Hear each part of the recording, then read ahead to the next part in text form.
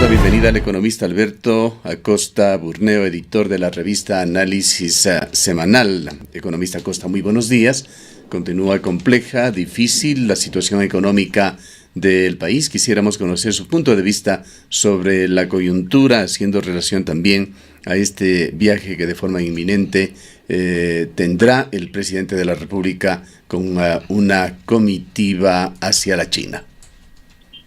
Muy buenos días, un gusto estar con ustedes. Vemos que definitivamente la situación del país es compleja porque hemos desarrollado una peligrosa adicción, una adicción al endeudamiento. Esta adicción inició en 2013 y año a año hemos ido aumentando nuestra necesidad de financiamiento, tanto que ahora se plantea que para el próximo año necesitaremos 9.000 millones de dólares en financiamiento y que en los próximos años, lejos de disminuir esta necesidad de financiamiento, irá aumentando hasta llegar a 10.000 millones de aquí al 2022. Es decir, estamos en una estrategia de, por no querer dejar de gastar, por no ser austeros, necesitamos endeudarnos agresivamente. Y ese es el motivo de este viaje puntual que está haciendo el presidente a la China, que es para tratar de cerrar el financiamiento del año. Le están faltando 2.000 millones de dólares para cerrar este año, y la China nos puede dar parte importante de ese financiamiento. Pero esto viene con un costo. El costo en este caso puntual de la visita a China, que a cambio vamos a tener que ser muy amigables con las disputas, vamos a tener que hacernos de la vista gorda de las disputas que existen con empresas chinas, por supuesto malos o fallos constructivos en algunas obras importantes, como es el caso de Coca-Cola o Sinclair. Entonces vemos que estamos frente a esta situación que definitivamente es insostenible. No podemos vivir indefinidamente del financiamiento, del endeudamiento, como igual que toda familia, la estrategia de vivir del tarjeteo se acaba, y al final del día, en el caso de las deudas que adquiere el Estado, somos los ciudadanos los que terminamos pagando esas deudas vía futuros impuestos. Eso tenemos que estar muy claros. ¿Hay algún tipo de certeza, economista Acosta, de que efectivamente la China esté tratando de imponer condiciones que favorezcan a las empresas que han trabajado y que han sido cuestionadas en Ecuador? Bueno, vemos que el financiamiento chino siempre ha estado atado a contratar empresas chinas. Es una manera que tienen ellos de exportar servicios, de exportar bienes. Entonces, el financiamiento, por ejemplo, para las hidroeléctricas vino atado a contratar una constructora china que además sea quienes proveen los bienes que se necesita para esa construcción. Yo creo que es muy probable que la situación actual no sea distinto, porque siempre ha sido un mecanismo del gobierno chino de seguir expandiendo la actividad de sus empresas a través del financiamiento. En este momento estoy convencido que será muy similar. La China otorgará ese financiamiento porque existe una garantía petrolera importante, entonces yo creo que sí va a dar financiamiento al Ecuador a través de esa garantía petrolera que está constituida, pero que evidentemente va a velar por sus empresas, como es natural en todo gobierno, que a nivel internacional los gobiernos velan por los intereses de sus empresarios. Creo que la única excepción es en el Ecuador, pero vemos que en el resto de países del mundo siempre el gobierno vela por el interés de sus empresarios. ¿Qué consecuencias podría traer para el país el hecho de que se lleguen a acuerdos con la banca china, con el gobierno chino, y de que por estas negociaciones se vaya a relajar la situación en el país? Tenemos frescas todavía las declaraciones, por ejemplo, del ministro Carlos Pérez en el sentido de intentar tranquilizar al país, señalando que los problemas de Sinohydro en Coca-Cola Sinclair serían solucionados eventualmente por la empresa china. Y estamos hablando allí de cifras muy altas del orden de 1.000 millones de dólares. Definitivamente sería lamentable que se relajen los controles, porque lo que se debe hacer es hacer cumplir los contratos. No se trata de ir ni más allá ni menos de lo que dice el contrato. Hay que hacerlos cumplir en justicia, y si es que hay fallas que son de responsabilidad de la contratista, tiene que asumirlas conforme lo que dice el contrato. Espero que esta necesidad de financiamiento tan urgente, esta desesperación por conseguir fondos, no afecte ese cumplimiento de los contratos. Pero es, como digo, es muy probable que China va a presionar para que sí seamos lo más relajados posibles con esos reclamos, a cambio de seguirnos financiando. Es lamentable realmente de que estemos en una situación de debilidad tal, de tan poco poder de negociación, y esto se debe a que estamos desesperados como Estado por financiamiento. El gobierno necesita recursos a como dé lugar, y no puede darse lujo a impedir que conseguir ese financiamiento debido a otros problemas.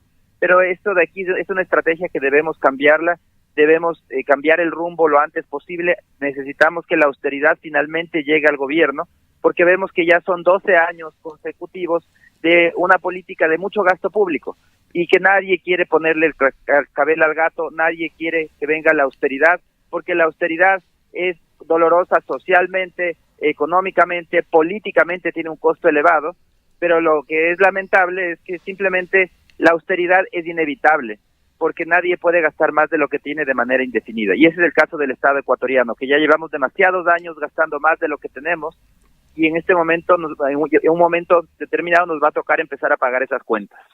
Economista Costa, nosotros hemos venido siguiendo de cerca el caso de Sopladora, por ejemplo, una hidroeléctrica que se encuentra aquí en la provincia de La Suay. Sopladora ha tenido serios problemas, fue supuestamente inaugurada en el año 2015 por el presidente Correa, pero en realidad esta hidroeléctrica ni siquiera ha podido ser objeto de una entrega-recepción provisional. Hay multas acumuladas enormes en esta empresa por incumplimiento del contratista que están en el orden de 400 millones de dólares y evidenciamos por una serie de señales de que la propia SELEC estaría más bien en una posición de defender a la empresa china, haciendo todo lo posible porque estas multas del orden que le había dicho de 400 millones de dólares se reduzcan a apenas 5 o 6 millones de dólares. ¿Cómo entender esta situación del gobierno nacional, de entidades del gobierno nacional que parecerían estar más bien abogando por la defensa de estos contratistas que han cumplido mal y tarde con Ecuador? Lo que vemos es que es lamentable, pero son los intereses que existen en este tipo de obras, porque hay malas decisiones de inversión desde el inicio, desde la concepción de esos proyectos. Y si vamos a buscar responsables, llegamos a la conclusión que quienes estuvieron también del gobierno, quienes participaron, son también corresponsables de esas malas decisiones de inversión. Entonces es evidente que ahora muchos de estos funcionarios comienzan a defender y estas instituciones comienzan a buscar defender el proyecto en sí como una manera de defenderse a sí mismos. Veamos el caso de Coca-Cola Sinclair. Es una hidroeléctrica la más grande del país, 1.500 megavatios de capacidad instalada. Sin embargo, como la generación promedio no alcanza los 700 megavatios, es decir, no produce ni la mitad de lo que está la capacidad instalada en promedio. El problema es que no hay suficiente agua en el río como para poder poner a funcionar todas las turbinas, y además tampoco ahí está listo el anillo de interconexión para que esa electricidad pueda llegar, por ejemplo, a Guayaquil. Son malas decisiones de inversión, donde hay responsables que hicieron proyectos demasiado grandes, gastaron demasiado, las cosas costaron, esos proyectos de inversión costaron más de lo que debían, y ahora esa responsabilidad, que es una responsabilidad compartida entre funcionarios públicos, instituciones públicas, el gobierno de entonces, y las empresas que construyeron, además, lo que se cuestiona ahora de esas fallas constructivas. Entonces, el tema va mucho más allá. No solamente son fallos de las empresas constructoras, sino también de los funcionarios públicos que impulsaron y permitieron que se realicen estas malas decisiones de inversión. Hay otros ejemplos mucho más evidentes, como es, por ejemplo, la refinería del Pacífico, donde se enterraron 1.600 millones de dólares y que no tenemos financiamiento para hacer una obra, además que queda lejos del oleoducto, queda lejos del mar. Son malas decisiones de inversión que se dieron de manera recurrente durante la bonanza. Economista Acosta, muy buenos días. Otro de los objetivos de este viaje es poder alcanzar con la China otros acuerdos comerciales, como la reducción de aranceles para ciertos productos, que de alguna manera permitiría reducir esa brecha comercial que tenemos con la China y abrir otros mercados, por ejemplo, para los sombreros de baja toquilla, según se ha indicado por parte del Ministerio de Comercio Exterior. ¿Cómo ve ustedes estas posibilidades frente a la situación que usted mismo nos manifiesta? Bueno, esas visitas deben ser aprovechadas para mejorar la relación de manera general, y una parte muy importante de la relación con China es el comercio exterior, evidentemente. No solamente China nos provee de financiamiento, sino que también es un mercado muy importante. Por ejemplo, hay productos que en donde una parte muy significativa va a ese mercado, como es el camarón, y que lamentablemente el camarón tiene que ir en gran cantidad, va a través de Vietnam, porque no tenemos un tratamiento preferencial para ingresar directamente a China. Entonces el camarón ecuatoriano va primero a Vietnam para después de ingresar a China. Es justamente por un tema tributario. Entonces estos acercamientos son muy importantes y considero muy positivo que se aproveche de este tipo de contactos para mejorar la relación de manera integral y seguir abriendo mercados para los productos ecuatorianos. China es un mercado gigantesco que tiene mucho potencial para los productos del Ecuador. En este mismo tema, economista Costa, si es que no le hemos entendido mal, estos 2.000 millones de dólares que se están buscando en la China, de lo cual podría solucionarse a lo mejor la mitad, se refieren al déficit fiscal para cerrar este año, el 2018. ¿Qué pasa entonces con respecto al 2019? Esa es excelente pregunta. Justamente esos 2.000 millones es apenas para cerrar el año. Si es que el gobierno consigue 2.000 millones, que no los va a conseguir totalmente de la China, sino va a ser una combinación de prestatistas, va a terminar inclusive con un atraso con proveedores de alrededor de 700 millones de dólares. La gran pregunta es, ¿y el próximo año? Porque vemos todo el esfuerzo que está haciendo el gobierno para cerrar este año, pero para el próximo año el gobierno dice, voy a necesitar 9.000 millones de dólares en financiamiento. Es decir, empezamos nuevamente en enero, del 1 de enero, esta búsqueda desesperada porque nos presten plata. En un presupuesto de 36.000 millones de dólares, 9.000 vienen del financiamiento, es decir, seguimos con el alegre tarjeteo. ¿Y esto qué significa? Que eventualmente los inversionistas dirán a Ecuador, ya no le quiero seguir prestando. Es un país de demasiado riesgo, ya está muy endeudado y puede ser que no nos pague las deudas porque las finanzas públicas son insostenibles. Entonces, eso es lo que nos marca la urgencia de cambiar la estrategia. Y yo creo que lo más probable es que más temprano que tarde terminemos yendo al Fondo Monetario Internacional porque no hay otras opciones de financiamiento y que el país en ese momento le entregue la política económica al Fondo Monetario, es decir, que acepte las condiciones que ponga el fondo y que comience a hacer las tareas que debimos haber hecho con mucha anticipación, las tareas que vienen por el lado de la austeridad. Igual que una familia gastadora que se le acaba el cupo de la tarjeta, del chulquero y del banco, entonces ahí sí le toca comenzar a ajustarse el cinturón. Lo mismo le sucede al país. Va a llegar el momento en el que el gobierno va a tener que comenzar a ajustarse el cinturón y vemos que lamentablemente no es algo que quiera hacer el gobierno lo más pronto posible para evitar los costos que tiene ese proceso, sino que es algo que quiere posponer, dejar hasta el final, hasta que ya sea inevitable. Y ese que ya sea inevitable será el momento en el que tengamos que ir al fondo a pedirle financiamiento y que nos diga, sí, yo le doy ese financiamiento que usted requiere, pero a cambio haga las tareas y aplique la austeridad.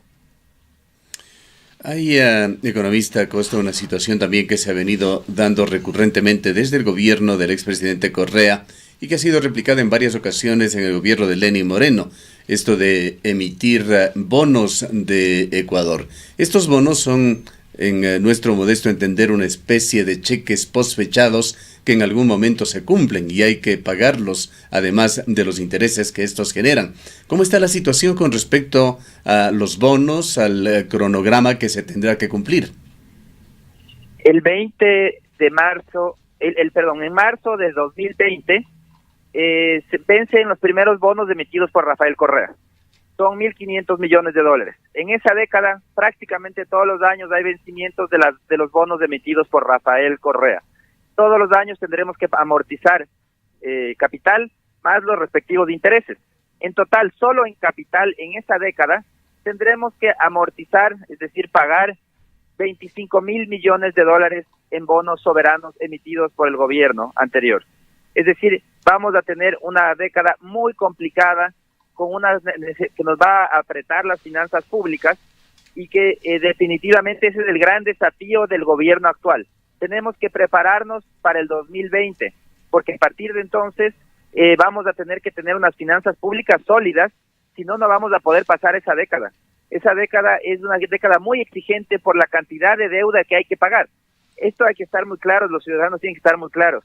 Igual que una familia, si es que nos queremos dar el gusto, después del gusto viene el susto. Después de darnos ese gusto hay que pagar todas las cuentas.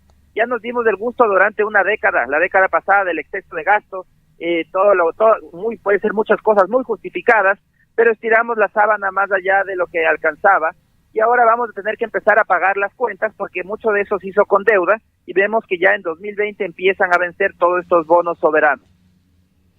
Economista Costa, ¿considera usted que bajo las actuales circunstancias, si bien el país está buscando nueva deuda para poder tapar esa brecha fiscal que va a suscitarse en el país, qué otras medidas considera usted que se podría haber obligado a tomar el gobierno a corto y mediano plazo? Mucho se habla de la eliminación de los subsidios, de otro lado, la elevación de impuestos. ¿Cuáles son las otras posibilidades, en este caso, que el gobierno estaría barajando o podría enfrentar el país a corto y mediano plazo?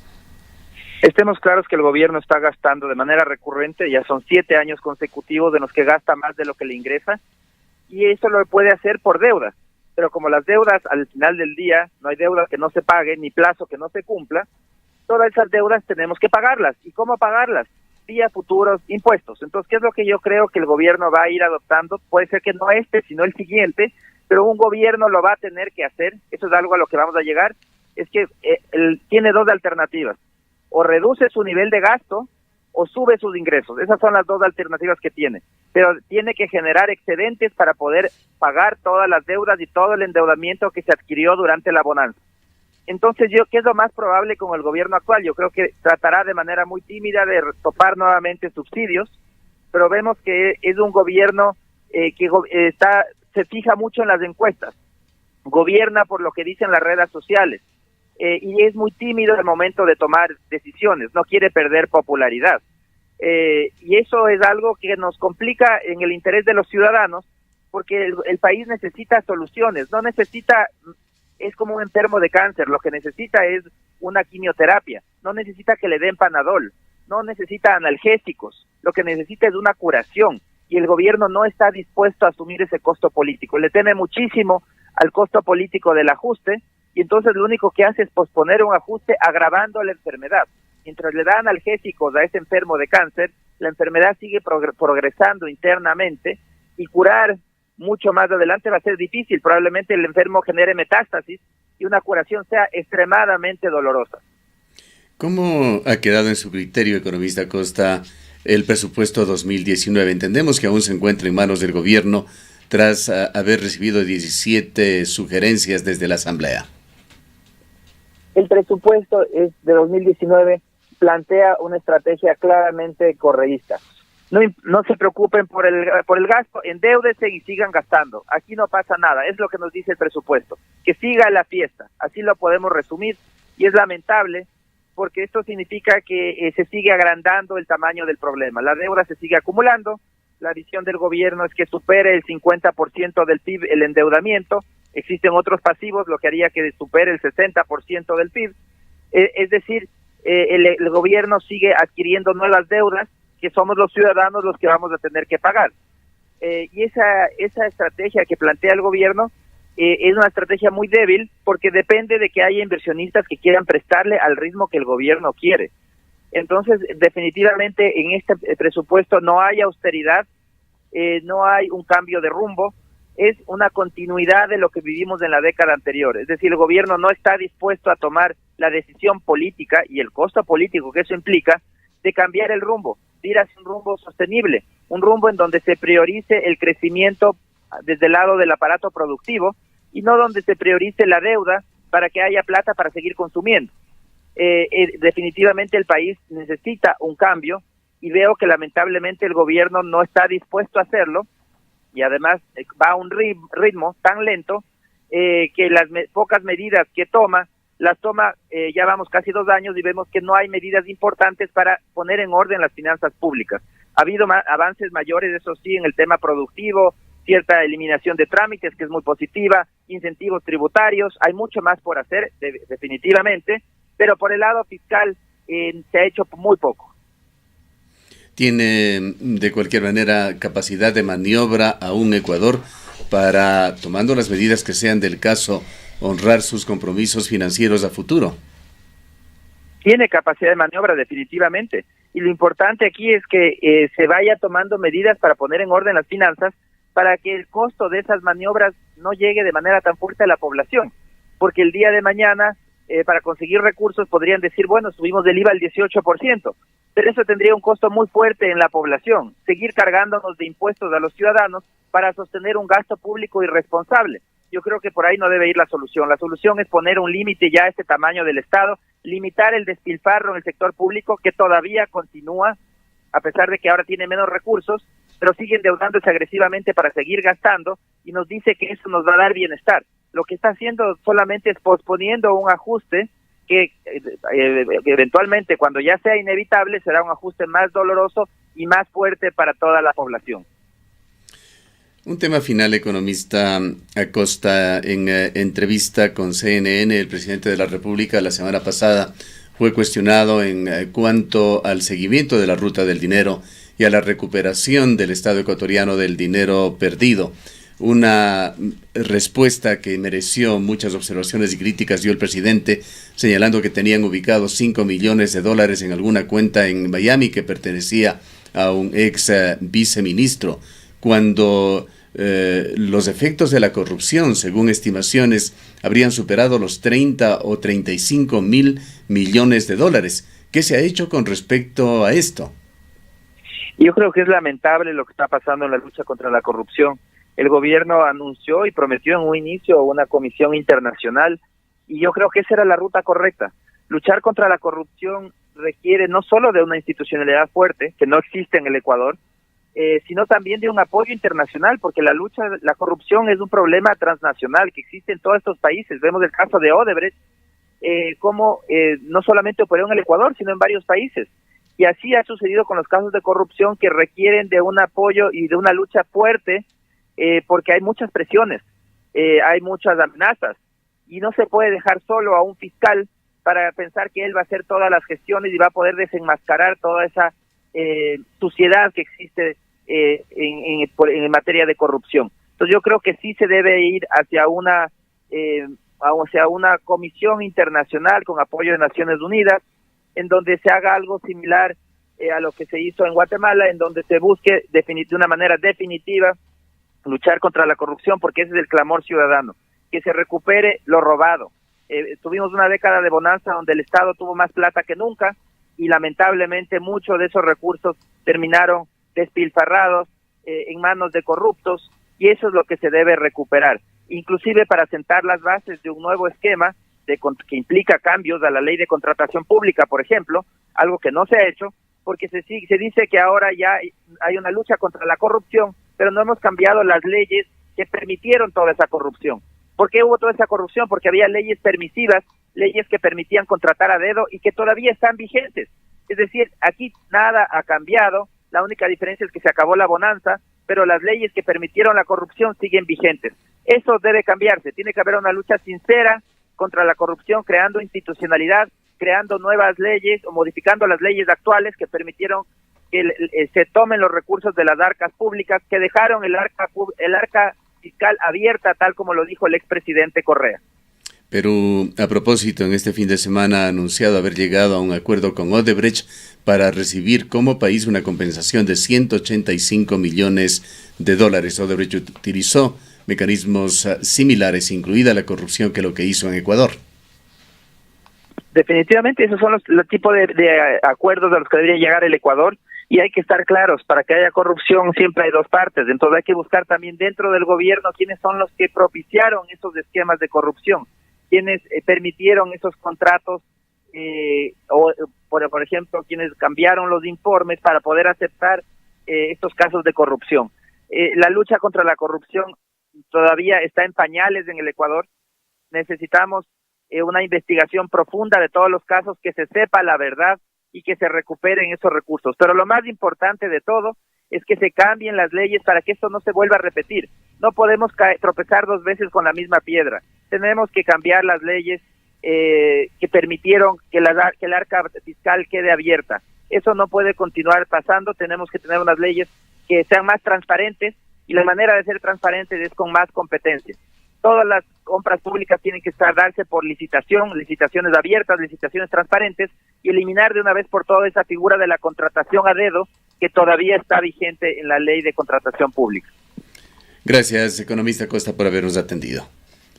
Siempre es un gusto. Declaraciones del economista Alberto Acosta, editor de la revista Análisis Semanal, quien exterioriza su preocupación por el viaje del presidente Moreno y particularmente por la delicadísima situación en la que se encuentra la economía ecuatoriana.